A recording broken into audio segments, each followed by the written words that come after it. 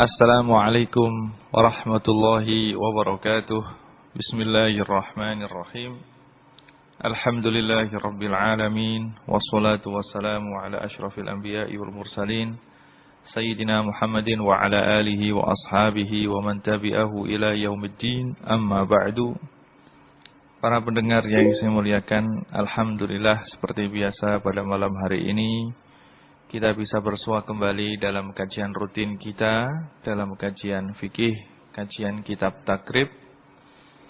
Alhamdulillah berkat rahmat dan taufik dari Allah Subhanahu wa taala, dalam kajian kita yang lalu telah kita selesaikan pembahasan kita mengenai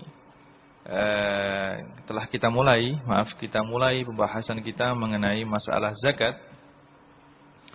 Dalam kajian kita yang lalu telah kita sebutkan bahwasanya menurut madhabnya Imam Syafi'i, harta yang wajib dizakati itu ada 5 macam.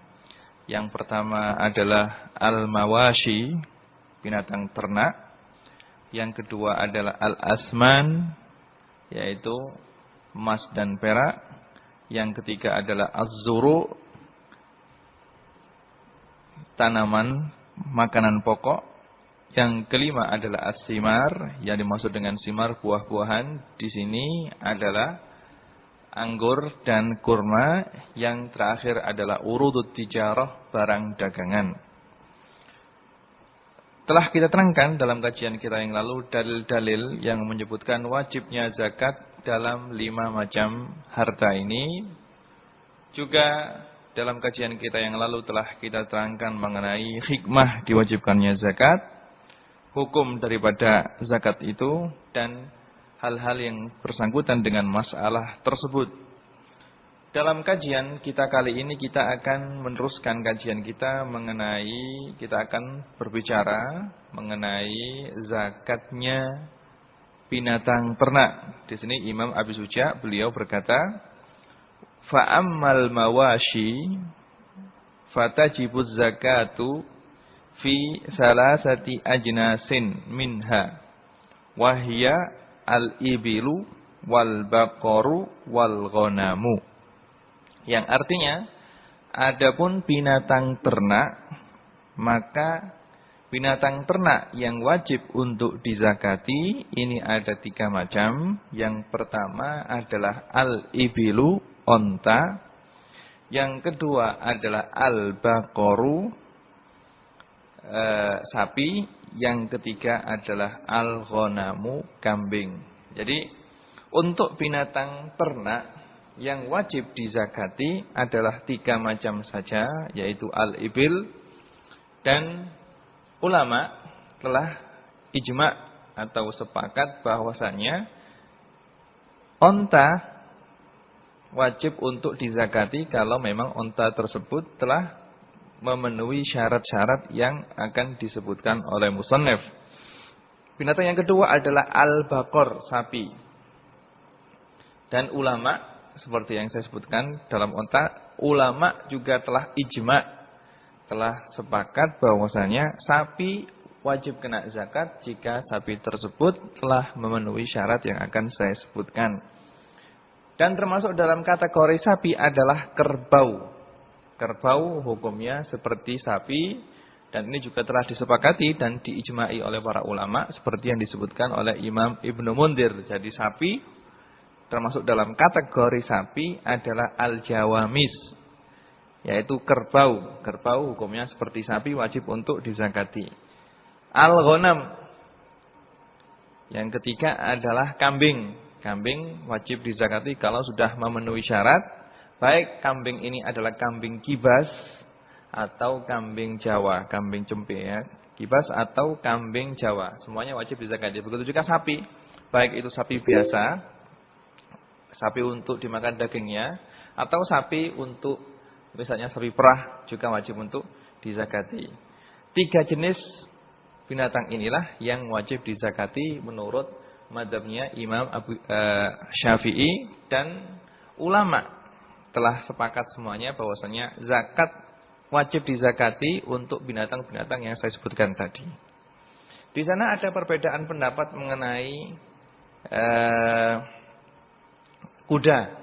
Apakah kuda wajib untuk dizakati? Nah, untuk mazhabnya Imam Syafi'i, kalau orang memiliki kuda, jumlahnya banyak, maka tidak wajib dizakati karena tidak termasuk binatang ternak. Nah, tidak dikategorikan binatang ternak menurut mazhabnya Imam Asy-Syafi'i. Di sana ada sebagian ulama mengatakan kuda wajib dizakati, yaitu Imam Abu Hanifah dan muridnya Imam Abi Yusuf. Adapun untuk mazhabnya Imam Syafi'i, kuda tidak wajib dizakati. Kemudian setelah menyebutkan binatang ternak yang wajib dizakati, di sini Imam Abi Suja menerangkan syarat-syarat yang harus dipenuhi untuk binatang ternak yang wajib dizakati. Beliau menyaratkan atau berkata, wa syaraitu wujubiha sittatu asya. Adapun syarat wajibnya zakat untuk binatang ternak ini ada 6 perkara. Al-Islamu, yang pertama adalah Islam. Wal hurriyatu, yang kedua adalah merdeka. Wal milkut tamu, yang ketiga adalah pemilikan yang sempurna. Wan nisabu, yang keempat adalah nisab. Wal haulu, yang kelima adalah haul. Was saumu, yang keenam adalah isamah. Syarat yang pertama yaitu al-Islam. Syarat yang pertama adalah Islam. Maka kalau ada orang yang tidak Islam, bukan orang Islam, terus memiliki binatang ternak banyak, memiliki kambing yang dalam jumlah yang sangat banyak, maka dia tidak wajib untuk mengeluarkan zakatnya, karena yang wajib untuk mengeluarkan zakatnya adalah orang Islam saja, orang Islam saja. Tapi nanti di akhirat, nah nanti kalau di akhirat dia akan disiksa oleh Allah Subhanahu wa taala. Siksa yang pertama karena dia tidak mau beriman, dan siksa yang kedua karena dia tidak mau mengeluarkan zakat dan tidak mau melakukan sholat dan tidak mau mengerjakan segala kewajiban yang diwajibkan oleh Allah Subhanahu wa taala. Juga mereka tidak mau meninggalkan segala bentuk larangan yang dilarang oleh Allah Subhanahu wa taala. Allah Subhanahu wa taala berfirman dalam Quran, "Ma salakakum fi saqar?" Apa yang telah menyebabkan Anda masuk ke dalam neraka sakor? Qalu lam nakum minal musallin wa lam nut'imul miskin. Mereka berkata, kita tidak pernah melakukan salat. Berarti Allah Subhanahu wa taala akan mengadab mereka. Di samping mengadab mereka karena tidak mau beriman, juga mereka akan diadab karena tidak mau melakukan salat. Wa lam nut'imul miskin, dan kita tidak memberi makan kepada orang miskin, tidak mau mengeluarkan zakat. Maka mereka akan diadab oleh Allah Subhanahu wa taala karena mereka tidak mengeluarkan zakat. Tapi di dalam kehidupan di dunia, kita tidak boleh menuntut mereka untuk mengeluarkan zakat, karena zakat tidak wajib bagi mereka. Dalam artian kita tidak dituntut, tidak wajib bagi kita untuk memerintah dan memaksa mereka untuk mengeluarkan zakat. Jadi syarat yang pertama adalah al-Islam. Orang yang wajib mengeluarkan zakat untuk binatang ternak ini adalah harus orang Islam. Syarat yang kedua, wal hurriyah. Orang tersebut haruslah orang merdeka. Alhamdulillah untuk zaman sekarang tidak ada yang namanya perbudakan, sudah tidak ada lagi. Maka orang yang wajib untuk mengeluarkan zakat, orang tersebut harus orang yang merdeka, bukan hamba sahaya dan bukan budak. Karena apa? Karena budak itu tidak bisa memiliki segala bentuk harta. Segala bentuk harta yang dipegang oleh seorang budak, harta tersebut adalah milik tuan daripada budak tersebut. Maka disyaratkan hurriyah, orang tersebut harus orang yang merdeka. Syarat yang ketiga adalah al-milkut tam, pemilikan yang sempurna, pemilikan yang kuat. Kalau dia memiliki binatang ternak, tapi pemilikan dia terhadap binatang ternak tersebut bukan pemilikan yang sempurna, bukan pemilikan yang kuat, maka tidak wajib untuk dizakati, tidak wajib untuk dizakati. Juga binatang ternak yang tidak dimiliki oleh seseorang, maka tidak wajib dizakati. Yang pertama, milkut tam, contohnya apa? Contohnya adalah binatang ternak yang dimiliki oleh seorang budak mukatab. Seperti yang dicontohkan oleh para pensyarah atau ulama-ulama yang mensyarahi kitab takrib ini. Milkutam itu contohnya dikecualikan dari kata-kata milkutam adalah milkun dhaif, pemilikan yang lemah. Contohnya bagaimana? Contohnya pemilikan yang dhaif ini adalah misalnya seorang hamba mukatab, budak mukatab itu bagaimana? Seperti yang pernah saya jelaskan, budak mukatab ini adalah jika orang yang memiliki budak tersebut berkata kepada budak tersebut, jika kamu bisa membayar, bisa menebus harga dirimu, atau bisa memberikan kepada saya uang 1 juta, maka selama 1 tahun, dalam tempoh 1 tahun, maka kamu akan saya bebaskan. Nah, ini namanya budak mukatab. Budak itu telah ittifaq atau telah sepakat dengan sayyidnya bahwasanya dia akan menebus dirinya dengan memberikan uang kepada sayyidnya dalam jangka tempo tertentu. Maka segala bentuk harta yang dimiliki oleh budak mukatab hukumnya adalah pemilikan yang lemah. Karena sewaktu-waktu jika telah lewat tempo terus budak tersebut tidak bisa membayar, maka dia kembali seperti semula, statusnya menjadi hamba sahaya lagi. Maka pemilikan seorang budak mukatab terhadap barang yang ada di tangannya adalah pemilikan yang lemah. Maka dia tidak wajib untuk menzakati, mengeluarkan zakat untuk harta yang ada di tangannya. Karena pemilikan dia terhadap harta tersebut adalah pemilikan yang lemah. Kapan-kapan kalau sudah 1 tempo terus dia tidak bisa membayar, maka dia kembali menjadi budak, menjadi hamba sahaya kepada sayyidnya yang pertama. Juga termasuk yang dicontohkan oleh para fuqaha untuk pemilikan yang lemah ini adalah jika Anda membeli 40 ekor kambing terus sudah Anda bayar dan kambing tersebut oleh penjual belum diserahkan kepada Anda sampai lewat 1 tahun, maka tidak wajib untuk dizakati. Menurut qaul qadim tidak wajib untuk dizakati karena pemilikan Anda terhadap kambing tersebut yang belum diserahkan oleh penjual adalah pemilikan yang lemah. Selagi belum diserahkan dan dalam masa khiyar, maka pemilikan tersebut adalah pemilikan yang lemah. Maka tidak wajib untuk dizakati menurut qaul qadim, tapi kalau menurut qaul yang jadid maka wajib untuk dizakati. Ini adalah milkut tam. Juga yang seperti yang saya sebutkan tadi, milkun tam, pemilikan yang sempurna. Di samping milkun tam juga hayawan tersebut harus ada yang memilikinya. Maka hewan yang diwakafkan kepada masjid misalnya, kalau ada orang yang mewakafkan 40 ekor sapi atau 40 ekor kambing ke masjid, maka kambing tersebut tidak wajib dizakati, soalnya tidak ada yang memiliki. Yang memilikinya adalah masjid, dan masjid itu bukan zat ya, bukan seseorang yang bisa memiliki, maka binatang tersebut tidak wajib dizakati karena tidak ada pemiliknya. Wan nisabu, syarat yang keempat harus sampai 1 nisab. Karena apa? Karena segala bentuk harta tidak wajib untuk dizakati kecuali harta tersebut telah mencapai 1 nisab. Seperti yang saya sebutkan kemarin, termasuk syarat-syarat umum ya, wajibnya zakat untuk setiap harta adalah harta tersebut sudah mencapai 1 nisab. Nah, begitu juga untuk zakat binatang ternak ini harus mencapai 1 nisab, dan untuk masalah nisab ini akan kita terangkan dalam kajian kita yang akan datang ya. Berapa nisabnya kambing, berapa nisabnya kerbau atau sapi, dan berapa nisabnya onta akan kita terangkan dalam kajian kita yang lalu. Selagi harta tersebut belum mencapai 1 nisab, maka tidak wajib untuk dizakati. Tidak wajib untuk dizakati.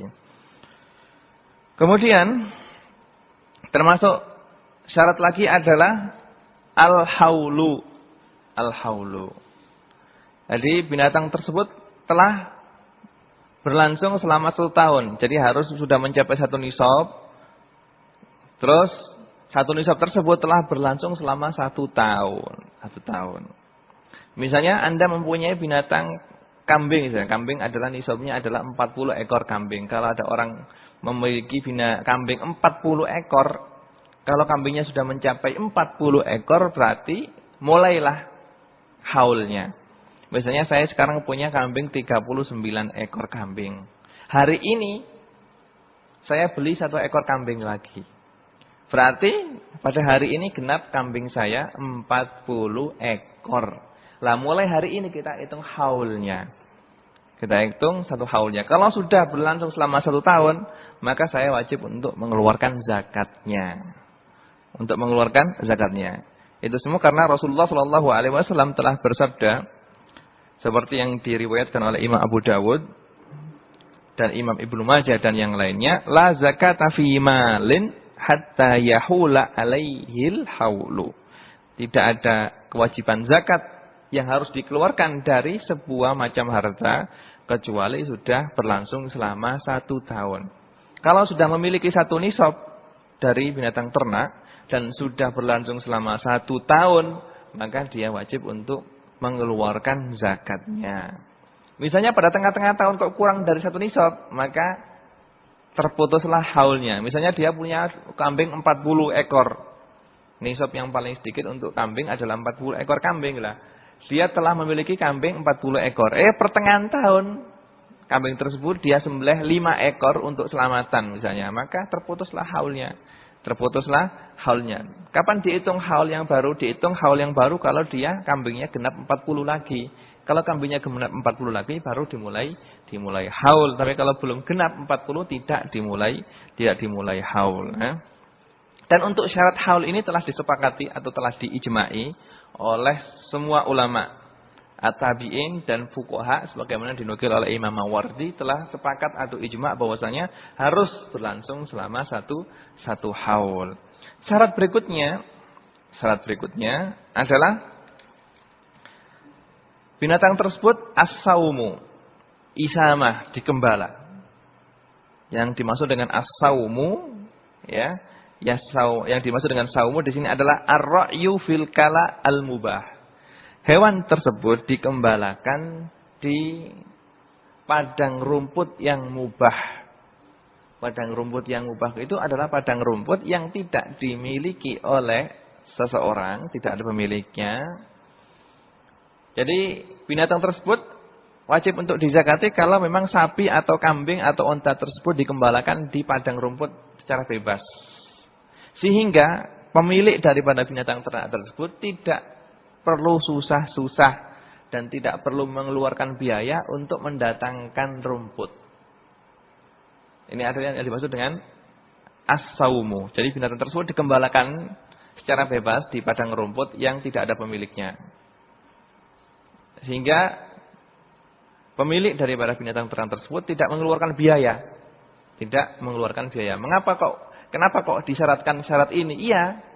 Disyaratkan syarat ini karena seandainya binatang tersebut tidak saimah, maklufah, rumputnya itu atau makanannya itu didatangkan ke kandangnya, maka pemilik binatang ternak tersebut akan mengeluarkan banyak biaya.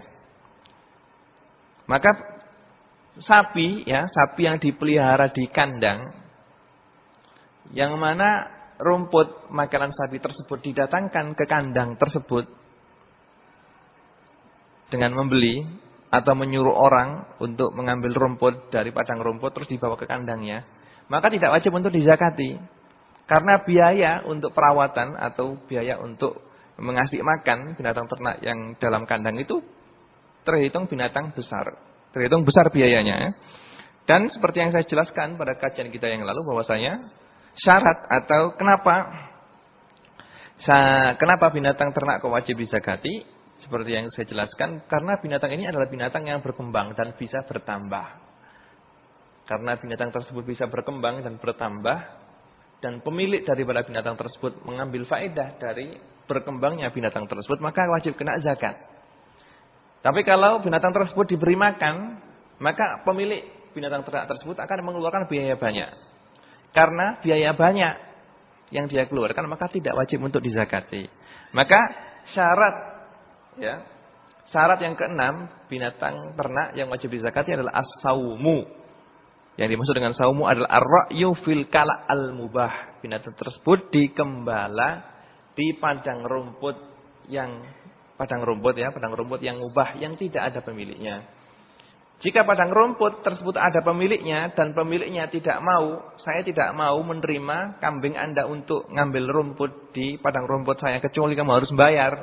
Maka sudah, berarti binatang tersebut atau binatang kambing tersebut tidak wajib untuk dizakati. Karena kalaknya bukan kalak mubah lagi, tapi kalak bil fulus dengan biaya. Gitu ya. Dan untuk syarat yang keenam ini, as-saumu ini harus di sepanjang tahun ya, di sepanjang tahun. Misalnya dia mempunyai 40 kambing, setengah tahun kambing tersebut dia gembalakan, setengah tahun ditaruh di kandang, rumputnya didatangkan dari luar. Nah, ini tidak wajib kena zakat. Jadi syarat as-saum ini harus di sepanjang tahun. Setahun penuh binatang tersebut digembalakan. Kalau misalnya 1 bulan dikandangkan, makanannya diambil dari luar, terus 11 bulan digembalakan, maka tidak wajib untuk dizakati. Maka syarat yang keenam, as-saumu ini harus dilakukan sepanjang tahun. Ini semuanya adalah berdasarkan surat yang ditulis oleh Khalifah Abu Bakar As-Siddiq radhiyallahu taala anhu ketika beliau mengatakan dalam suratnya yang dikirim di setiap gubernur yang menjadi wilayah negara Islam ketika itu, beliau menulis fi shadaqatil ghanami wa fi sa'imatil ghanami idza kanat arba'ina ila 20 wa mi'ah. Jadi beliau mensyaratkan binatang yang wajib atau kambing yang wajib untuk diambil zakatnya adalah kambing yang sa'imah. Kambing yang dikembalakan di padang rumput yang bebas yang mana pemiliknya tidak mengeluarkan biaya sama sekali untuk perawatan kambing tersebut. Dan hal ini telah disepakati oleh para sahabat ketika itu. Maka hadis ini diriwayatkan hadis ini riwayat Imam Bukhari dan Imam Muslim, maka wajib ya kalau wajib untuk dizakati bagi binatang yang digembalakan. Kalau binatang tersebut diambilkan makanan dari luar, maka tidak wajib untuk dizakati. Dan termasuk yang tidak wajib dizakati adalah binatang yang dipakai untuk kerja.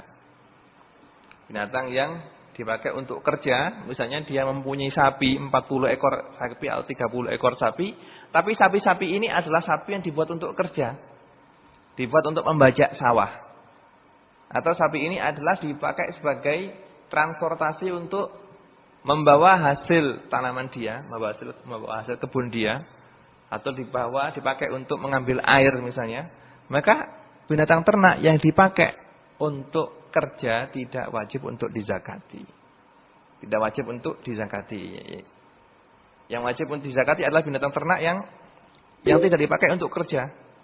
Baik binatang ternak tersebut diambil susunya atau diambil dagingnya sebagai dijual misalnya. Maka yang wajib dizakati adalah binatang yang tidak dipakai untuk kerja. Kalau binatang tersebut dipakai untuk kerja, maka tidak wajib untuk dizakati. Ini adalah syarat-syarat binatang ternak yang wajib untuk dizakati. Dan insya Allah untuk masalah berapa nisabnya dan berapa yang harus dikeluarkan akan kita terangkan dalam kajian yang akan datang. Untuk harta yang kedua yang wajib dizakati adalah al-asman. Di sini Imam Abi Suja menyebutkan syarat-syarat al-asman yang wajib untuk dikeluarkan zakatnya. Beliau mengatakan wa amal asmanu fa syai'ani. Adapun asman yang mana kalau diterjemahkan ke dalam bahasa Indonesia adalah harga, fa syai'ani maka dua hal, az-zahabu wal fiddah, emas dan perak.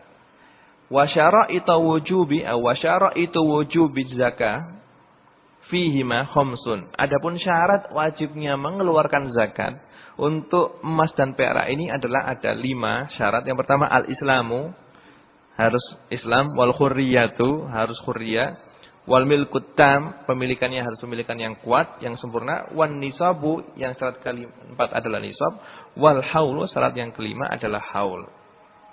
Ini adalah syarat yang harus dipenuhi untuk emas dan perak yang wajib untuk dizakati. Yang pertama adalah al-Islam. Al-Islam. Orang yang wajib untuk mengeluarkan zakat adalah orang Islam, seperti yang saya jelaskan pada zakat binatang ternak.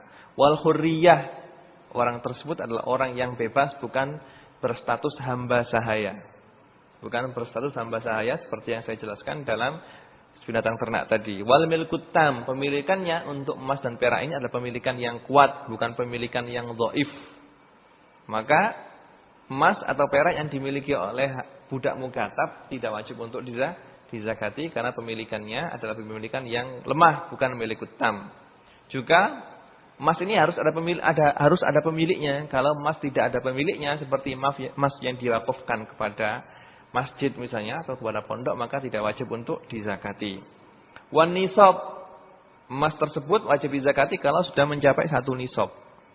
Emas itu wajib dizakati kalau sudah mencapai 1 nisab. Kalau belum mencapai 1 nisab, maka tidak wajib untuk dizakati. Dan insya Allah akan kita terangkan berapa nisabnya emas pada kajian yang akan datang. Nisabnya emas itu adalah 85 gram. Kalau sudah mempunyai emas seberat 85 gram emas murni, maka wajib untuk dizakati. Adapun untuk perak nisabnya adalah 595 gram. 595 gram. Kalau sudah memiliki perak seberat 595 gram perak murni, maka wajib untuk dizakati. Syarat yang kelima adalah al-haul. Harus sudah berlangsung selama 1 tahun. Jadi kalau ada orang yang memiliki emas, emasnya itu misalnya saya mempunyai emas 80 gram emas. Hari ini saya beli emas lagi 5 gram, berarti emas yang saya miliki sekarang lengkap 85 gram. Maka mulai hari ini saya hitung haul untuk emas tersebut. Kalau sudah berlangsung selama 1 tahun, dan yang dimaksud dengan tahun di sini adalah tahun Hijriyah, ya, bukan tahun Masehi, tahun Hijriyah. Kalau sudah berlangsung selama 1 tahun penuh, maka pada akhir tahun saya harus mengeluarkan zakatnya. Dan zakat yang dikeluarkan adalah 2,5% dari emas tersebut. Dan an-nisab ini harus ada pada sepanjang tahun. Seandainya pertengahan tahun emas yang saya miliki ini kurang dari nisabnya, kurang dari 85 gram, maka terputuslah haul tersebut. Kapan kita mulai haul baru? Kita akan mulai haul baru, kita hitung baru kalau sudah mencapai 85 gram lagi. Maka kalau ada orang mempunyai emas 85 gram, maka ketika dia lengkap mempunyai 85 gram emas, maka ketika itu dihitung haul. Kalau sudah berlangsung selama 1 tahun penuh, tahun Hijriah, pada akhir tahun dia wajib untuk mengeluarkan zakat dari 85 gram tersebut, yaitu 2,5%. Seandainya tengah-tengah tahun emas tersebut kurang, dia jual 10 gram, berarti emasnya sekarang 75 gram. Maka ketika dijual itu berarti terputuslah haulnya. Maka sudah tidak wajib untuk dizakati lagi. Kapan wajib dihitung haul lagi? Kalau emasnya lengkap 85 gram lagi dengan membeli atau dikasih orang misalnya, sehingga berat daripada emas yang dimiliki mencapai 85 gram lagi, berarti ketika itu dimulai haul baru. Haul baru, ya. Dan ini semua adalah berdasarkan hadis Rasulullah sallallahu alaihi wasallam dalam Bukhari, yang diriwayatkan oleh Imam Bukhari dan Imam Muslim. Rasulullah sallallahu alaihi wasallam telah bersabda, "Laisa fi ma duna khamsi awaqin shadaqah." Laisa fi ma duna khamsi awaqin shadaqah. Kalau perak itu belum mencapai 5 awaq, maka tidak wajib untuk dizakati. Ya. Dan ini adalah telah menjadi ijma' atau kesepakatan para ulama seperti yang disebutkan oleh Imam Ibnu Mundir, bahwasanya emas itu kalau belum mencapai 5 awaq, yang mana 5 awaq ini adalah 200 dirham, ya, 200 dirham, maka tidak wajib untuk dizakati, dan ini telah menjadi kesepakatan para ulama. Adapun nisabnya emas adalah 20 miskol, ya, 20 dirham, yang mana kalau kita hitung untuk hitungan zaman sekarang adalah seberat 85 gram emas murni. 85 gram emas murni. Terus emas dan perak wajib untuk dizakati karena emas dan perak ini adalah harta yang berkembang, harta yang bisa kita kembangkan. Dan emas dan perak ini adalah harga dari segala bentuk barang. Pada zaman dahulu, pada zaman Rasulullah SAW, alat tukar adalah uang dirham dan uang dirham, uang dirham dan uang dinar ya, uang emas dan uang perak. Sehingga Imam Abi Suja di sini beliau menyebutkan al-asman, alat penukar barang.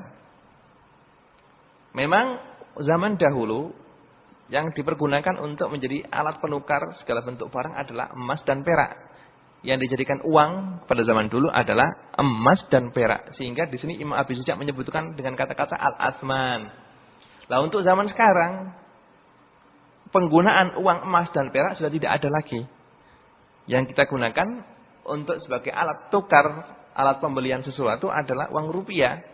Lah maka dari itu para ulama zaman sekarang mengatakan uang rupiah hukumnya adalah seperti hukum emas dan perak. Hukumnya adalah seperti emas dan perak. Maka wajib untuk dizakati, jika wajib untuk mengeluarkan zakat, jika ada orang yang memiliki uang, yang mana uang tersebut adalah seharga 85 gram emas, atau seharga 595 gram emas, perak. Jadi saya ulangi lagi. Seperti hukumnya emas dan perak adalah hukumnya uang. Hukumnya uang. Kalau ada orang mempunyai uang, nilainya adalah sudah mencapai nilai 1 nisab emas. Uang tersebut sudah harganya adalah seharga 85 gram emas. Ini kalau kita hitung pakai ukuran emas. Atau harganya adalah sudah seharga 595 gram perak.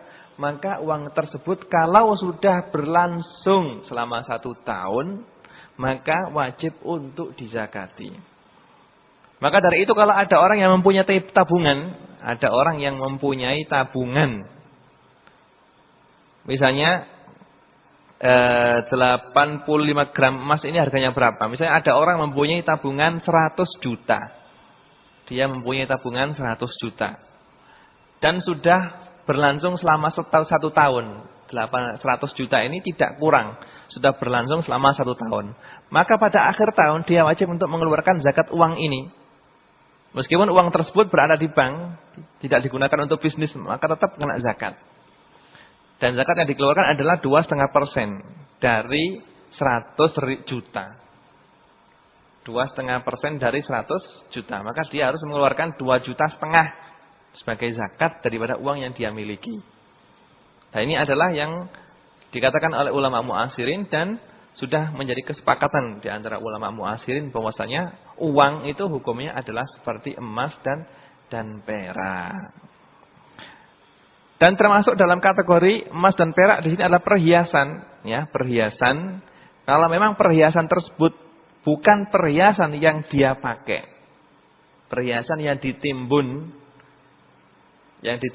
yang mana perhiasan ini adalah dia pergunakan nanti kalau seandainya saya tidak punya uang dan kejepit, maka perhiasan ini akan saya jual. Maka perhiasan yang dia simpan itu adalah wajib untuk dizakati, wajib untuk dizakati. Jadi kalau ada orang menimbun emas dan perak, nanti kapan-kapan dia akan jual emas tersebut. Jika dia tidak mempunyai uang, maka emas tersebut kalau sudah mencapai 85 gram emas dan sudah berlangsung selama 1 tahun, maka wajib untuk dizakati. Adapun emas yang dia pakai sebagai perhiasan, misalnya seorang perempuan mempunyai perhiasan banyak. Perhiasan yang dia miliki adalah sudah mencapai 85 gram emas misalnya. Gonta-ganti setiap hari. Pada minggu ini dia pakai kalung yang model ini. Pada minggu yang lain dia pakai kalung yang dalam model lain. Pokoknya perhiasan yang dia miliki itu sudah mencapai 1 nisab dan dia pakai gonta-ganti misalnya. Maka tidak wajib untuk dizakati. Tidak wajib untuk dizakati karena perhiasan baik emas atau perak yang tujuannya adalah untuk dipakai, maka tidak kena zakat. Termasuk perhiasan yang dipakai ini adalah perhiasan memang kalau ada seseorang yang mempunyai perhiasan terus untuk dipakai, tapi dipakainya itu disewakan misalnya. Misalnya ada orang yang menyewakan perhiasan, membuka toko atau membuka bisnis, menyewakan perhiasan. Kalau ada orang yang mau nikah misalnya, maka dia bisa menyewa perhiasan tersebut satu hari segini. Maka perhiasan tersebut tidak wajib untuk dizakati karena perhiasan tersebut bukan untuk ditimbun, tapi untuk dipakai. Maka tidak wajib untuk dizakati. Maka perlu saya ingatkan bahwasanya untuk emas dan perak ini yang wajib dizakati adalah kalau meski emas dan perak wajib dizakati, baik emas tersebut masih berupa emas batangan atau emas yang sudah dalam bentuk perhiasan. Ya. Nah, untuk perhiasan ini wajib dizakati kalau memang perhiasan tersebut adalah perhiasan yang ditimbun, ya, yang disimpan. Kapan-kapan kalau dia tidak punya uang, dia akan jual perhiasan tersebut. Tapi kalau perhiasan yang dia pakai, maka tidak wajib untuk dizakati meskipun jumlahnya banyak lebih dari 1 nisab. Ada seorang perempuan yang mempunyai emas, yang mempunyai perhiasan seberat 200 gram. Nah, setiap hari dia ganti terus perhiasan yang dia pakai, maka perhiasan tersebut tidak wajib untuk dizakati. Untuk jenis jenis harta yang wajib dizakati yang ketiga adalah urudut tijarah. Urudut tijarah, karena pembahasan mengenai urudut tijarah ini sangat panjang, maka insya Allah akan kita kaji dalam pertemuan kita yang akan datang. Kiranya cukup sekian kajian yang bisa kita kaji untuk malam ini. Mudah-mudahan Allah Subhanahu wa taala selalu memberikan rahmat dan hidayahnya sehingga kita bisa mengamalkan apa yang telah kita kaji. Sebelum saya tutup, di sini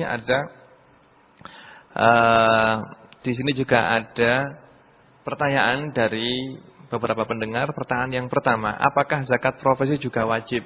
Apakah zakat profesi juga wajib? Nah, di sini ulama mu'asirin seperti Dr. Yusuf Qaradawi, juga Dr. Wahbah Zuhaili dan yang lainnya mengatakan profesi wajib untuk dizakati. Misalnya dokter, mereka mengatakan hujjah yang mereka keluarkan dalam hal ini adalah kalau petani saja wajib untuk mengeluarkan zakat untuk hasil panennya, apalagi seorang dokter, yang mana kalau kita hitung-hitung penghasilan seorang petani kalau dibanding dengan penghasilan seorang dokter spesialis, maka sangat jauh sekali. Kalau kita wajibkan zakat untuk seorang petani, maka untuk seorang dokter wajib mimbabil aula.